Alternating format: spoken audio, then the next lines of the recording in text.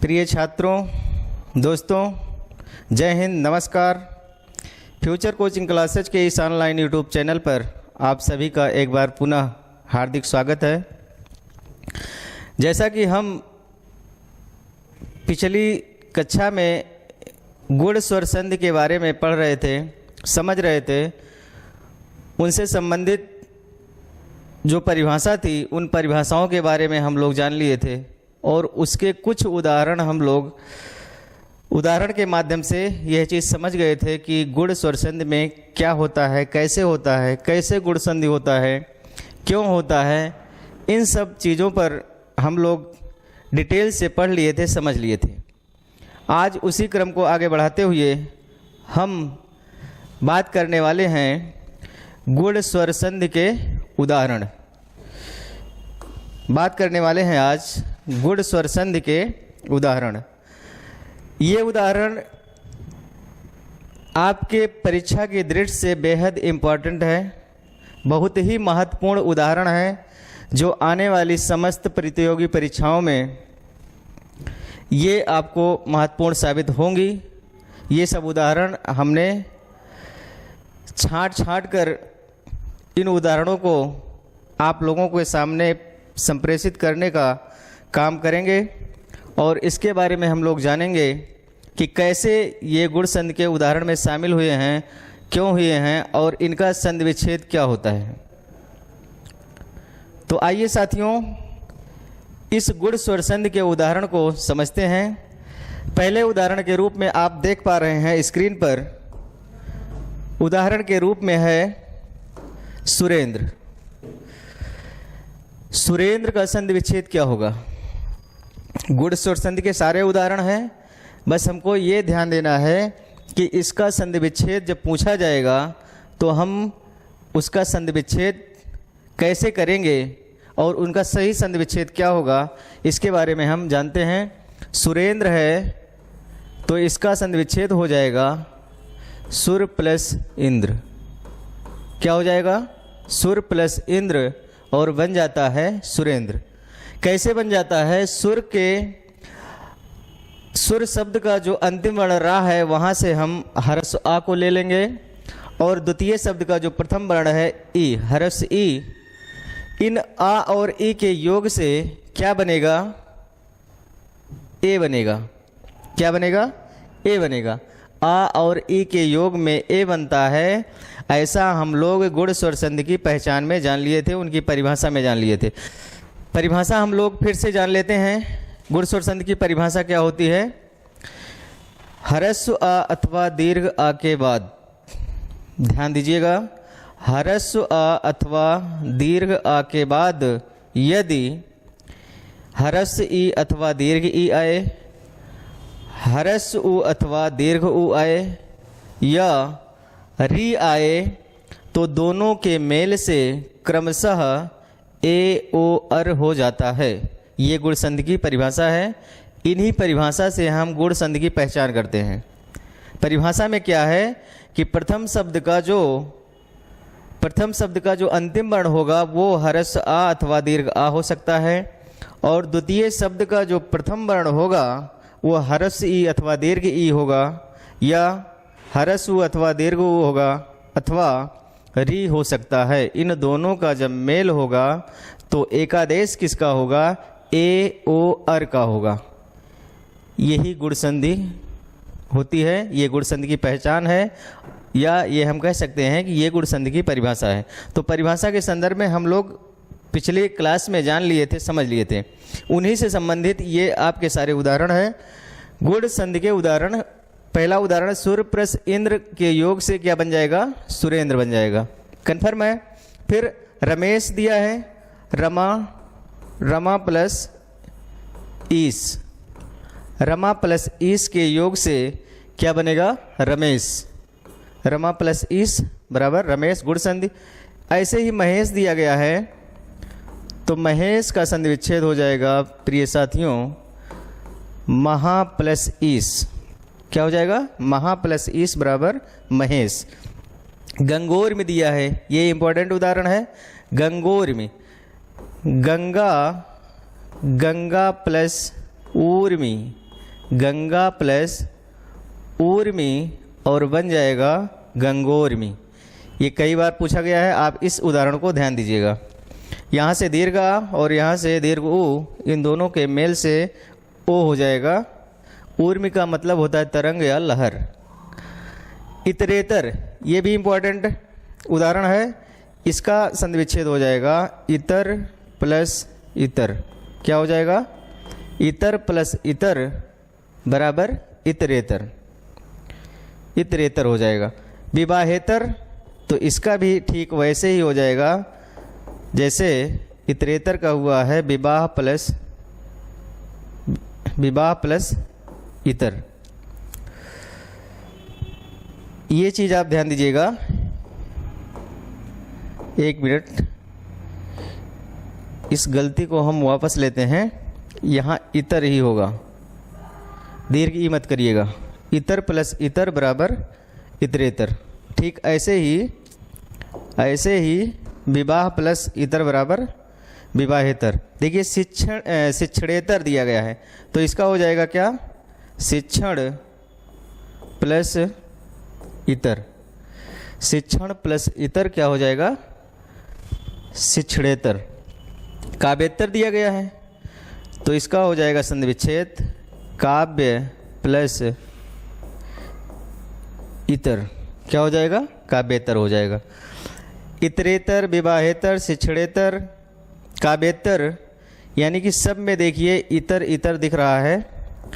और आप ये चीज़ जान जाइएगा कि सामान्यतः या प्रायः इतर जिन उदाहरणों में मिलेगा वो सामान्यतः गुणसंधि का ही उदाहरण होगा। आप इस बात को ध्यान दीजिएगा। तो इतरेतर हो गया, विवाह प्लस इतर, शिक्षण प्लस इतर, काव्य प्लस इतर, ये सारे उदाहरण किसके हैं? गुणसंधि के हैं।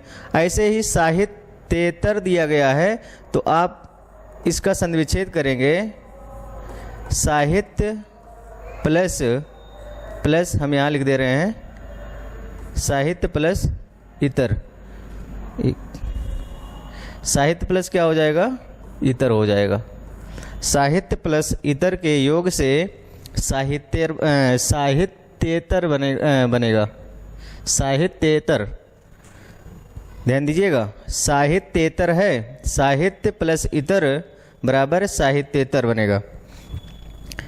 शुभेच्छा है, इसका संधिविच्छेद हो जाएगा शुभ प्लस इच्छा।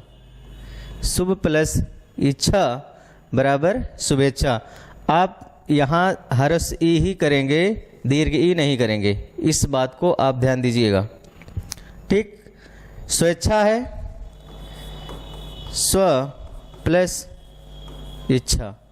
स्व प्लस इच्छा बराबर क्या बनेगा? स्वेच्छा बनेगा। स्व प्लस इच्छा बराबर स्वेच्छा। और स्वेच्छा में हमेशा जानते रहिएगा कि ये गुण संधि का उदाहरण है। नहीं तो कुछ लोग जल्दबाजी में इसको यण संधि कह देते हैं। आप इस बात को ध्यान दीजिएगा। उपेंद्र, उप प्लस इंद्र, उप प्लस इंद्र और बनेगा क्या? उपेंद्र।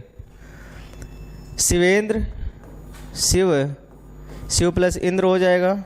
शिव प्लस इंद्र और बन जाएगा क्या? शिवेंद्र। ऐसे ही मानवेंद्र का क्या संधिविच्छेद हो जाएगा? मानव प्लस इंद्र। मानव प्लस इंद्र बराबर मानवेंद्र। गुण संधि का उदाहरण है। ये इंपॉर्टेंट है, आप ध्यान दीजिएगा। मत्स्य प्लस इंद्र, मत्स्य प्लस इंद्र के योग से मत्स्येंद्र बना है। ठीक है, इस उदाहरण को आप ध्यान दीजिएगा। योगेंद्र हो गया। योग प्लस इंद्र के योग में क्या बनेगा? योगेंद्र। योग प्लस इंद्र बराबर योगेंद्र। गंगोदक, ये भी उदाहरण इंपॉर्टेंट है। गंगा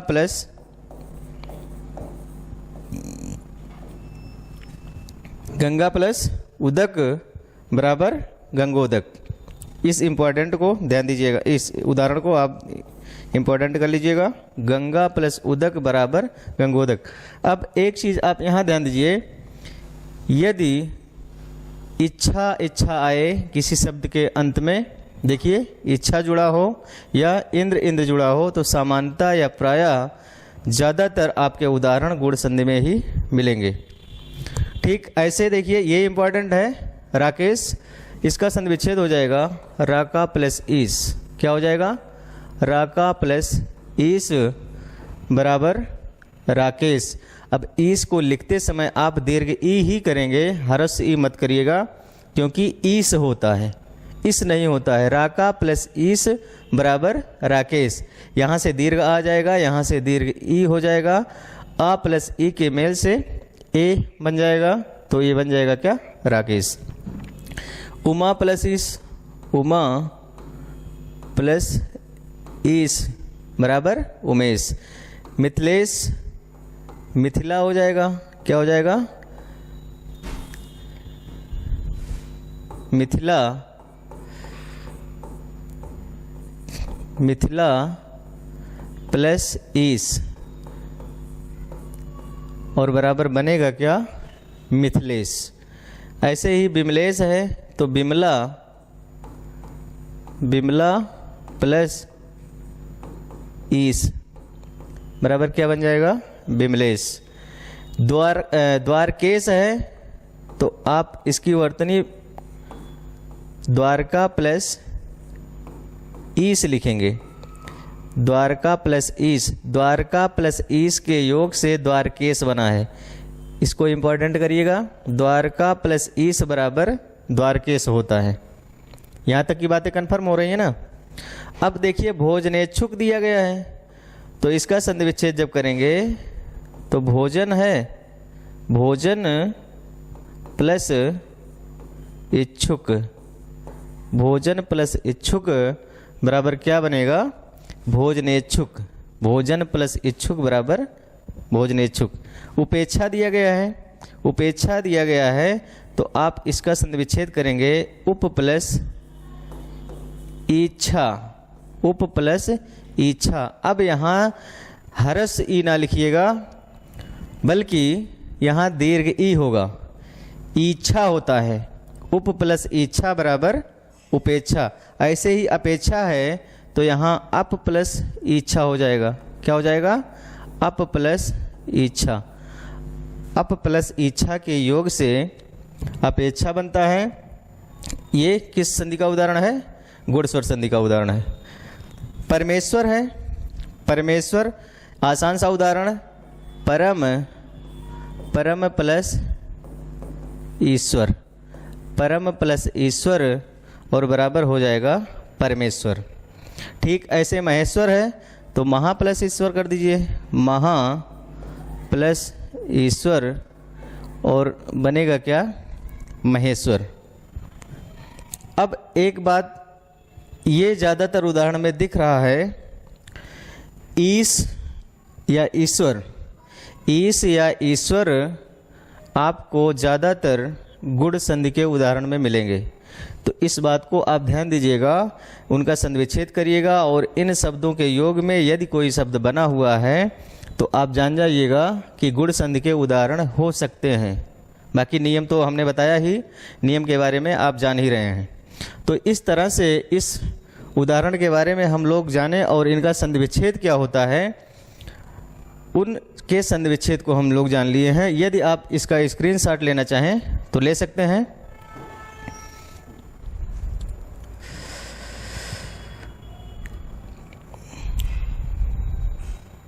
ठीक साथियों, यहाँ तक की बातें यदि समझ में आ गई हो तो एक बार लाइक का बटन प्रेस करेंगे और अभी तक यदि चैनल को सब्सक्राइब नहीं किए हैं, यदि आप इस चैनल पर नए हैं तो चैनल को सब्सक्राइब करिएगा।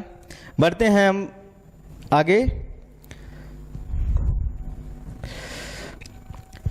अब देखिए फिर अगले उदाहरण के रूप में आपको दिख रहा है महोदय।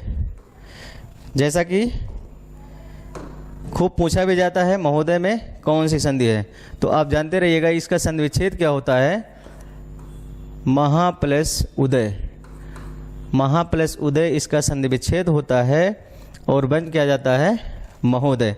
ठीक ऐसे ही भाग्य प्लस उदय, भाग्य प्लस उदय के योग से बन जाता है क्या भाग्योदय। इसको आप इंपॉर्टेंट करिएगा। क्या दिया गया है अंत्योदय। तो पहले हम लिखेंगे अंत्य, अंत्य प्लस उदय और बन क्या जाएगा अंत्योदय। यथोचित, यथोचित का संधि विच्छेद हो जाता है मित्रों यथा प्लस उचित। क्या हो जाता है यथा प्लस उचित के मेल से यथोचित बन जाता है।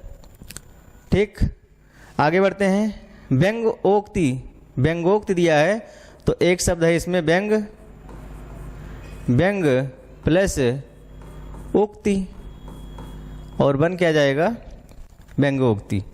अतिशयोक्ति, अतिशय, अतिशय प्लस उक्ति, अतिशय प्लस उक्ति अतिशयोक्ति का संधि विच्छेद है। आप जैसा कि आप लोग अतिशयोक्त एक अलंकार भी पढ़ते हैं। ठीक इसी तरह दिया गया है पूर्वोक्त। अब पूर्वोक्त का संधि विच्छेद हो जाएगा पूर्व प्लस उक्त।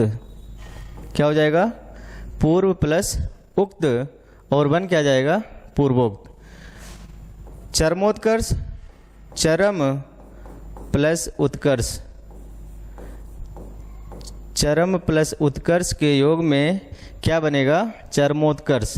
पुरुषोत्तम, पुरुष प्लस उत्तम,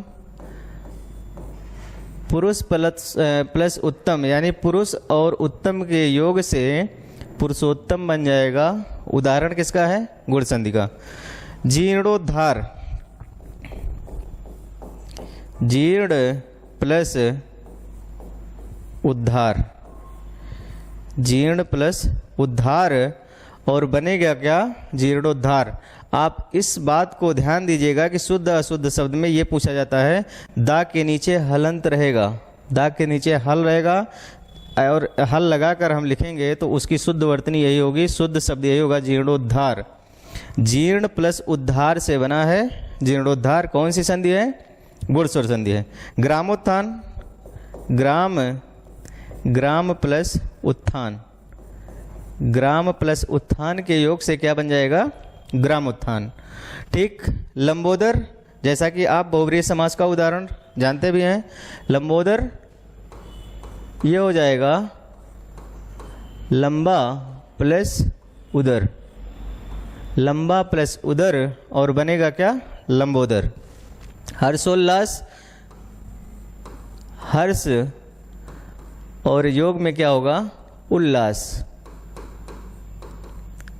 हर्ष प्लस उल्लास बन जाएगा हर्षोल्लास। पुष्पोद्यान, पुष्प प्लस उद्यान, पुष्प प्लस उद्यान के योग से बन जाएगा पुष्पोद्यान। इसका हो जाएगा सर्व, सर्व प्लस ऊपरी और बन जाएगा सर्वोपरि। सर्व प्लस ऊपरी बराबर सर्वोपरि। पदोन्नत, पद प्लस उन्नति, पद प्लस उन्नति के योग से पदोन्नति हो जाएगा। कौन सी संधि हो जाएगी गुण संधि हो जाएगी। प्रश्नोत्तर दिया गया है, ये तो आसान सा ही है, प्रश्न प्लस उत्तर और इसमें संधि हो जाता है तो हम लिख देते हैं प्रश्नोत्तर।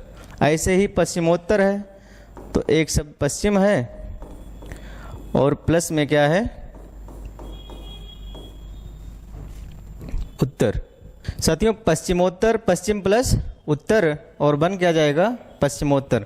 ठीक ऐसे ही मरणोपरांत है तो मरण प्लस उपरांत, मरण प्लस उपरांत और बनेगा क्या मरणोपरांत।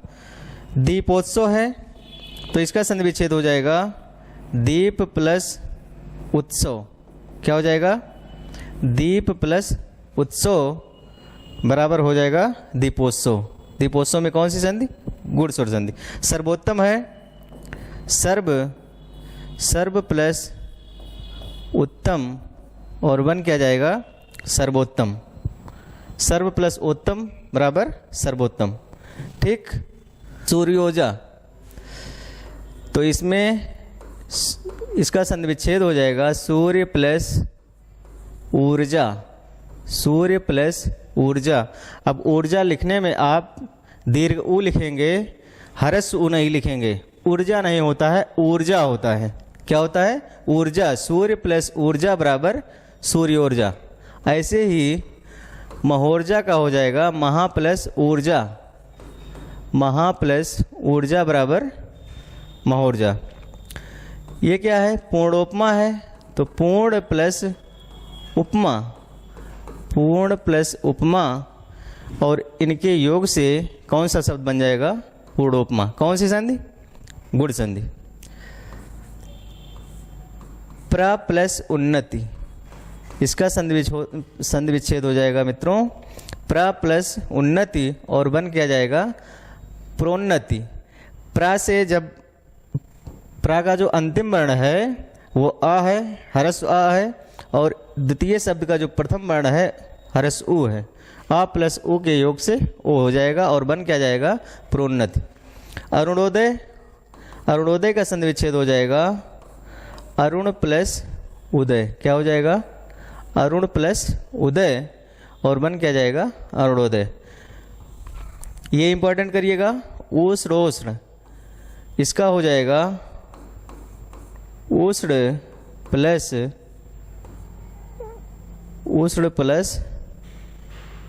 उष्ण और बन जाएगा उषोष्ण।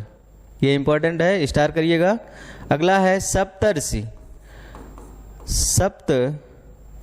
सप्तर्षि में कौन सी संधि होगी, गुण संधि है, और संधि विच्छेद इसका हो जाएगा सप्त प्लस ऋषि। सप्त प्लस ऋषि सप्तर्षि।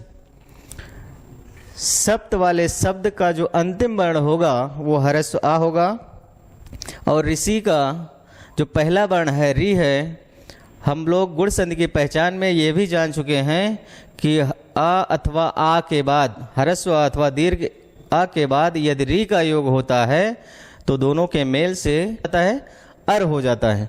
यानी कि पहले शब्द का अंतिम वर्ण हरस्व आ है और द्वितीय शब्द का जो प्रथम वर्ण है री है, अ के बाद री का योग हो रहा है तो अर हो जाएगा। क्या हो जाएगा, अर हो जाएगा।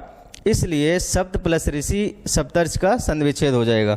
तो सप्तर्ष में कौन सी संधि है, गुण संधि है। इसका संधि विच्छेद क्या है, सप्त प्लस ऋषि। ऐसे ही देवर्षि है, देव प्लस ऋषि क्या बन जाएगा, देवर्षि बन जाएगा। ठीक इसी तरह देखिए बसंत ऋतु है, ये भी इम्पोर्टेंट है। बसंत इसका हो जाएगा बसंत प्लस ऋतु। बसंत प्लस ऋतु और बराबर हो जाएगा, या जो शब्द बनेगा बसंत ऋतु। बसंत प्लस ऋतु बराबर बसंत ऋतु। ऐसे शीत ऋतु है, ये भी इम्पोर्टेंट उदाहरण है। शीत प्लस ऋतु, शीत प्लस ऋतु बराबर क्या हो जाएगा, शीत ऋतु हो जाएगा। ऐसे ग्रीष्म प्लस ऋतु, ग्रीष्म ऋतु हो जाएगा। वर्षा ऋतु है, वर्षा प्लस ऋतु हो जाएगा। क्या हो जाएगा, वर्षा प्लस ऋतु। इन दोनों के योग से क्या हो जाएगा, वर्षा ऋतु। वर्षा ऋतु, शीत ऋतु, बसंत ऋतु, ग्रीष्म ऋतु, इन सारे शब्दों में गुण स्वर संधि होता है। और ये सब उदाहरण किस संधि के हैं, गुण स्वर संधि के हैं। इसका संधि विच्छेद यही है, बसंत प्लस ऋतु, शीत प्लस ऋतु, वर्षा ऋतु का वर्षा प्लस ऋतु। आप इन उदाहरणों के माध्यम से इन महत्वपूर्ण शब्दों का संधि विच्छेद जान पाए होंगे। आशा करते हैं कि यह बात आपको समझ में आई होगी। यदि आप स्क्रीनशॉट लेना चाहें तो ले सकते हैं।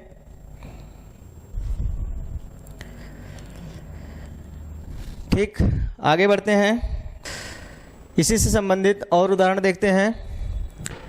दिया है गंगोदक, गंगोदक, तो इसका संधि विच्छेद हो जाएगा दोस्तों गंगा, गंगा प्लस उदक।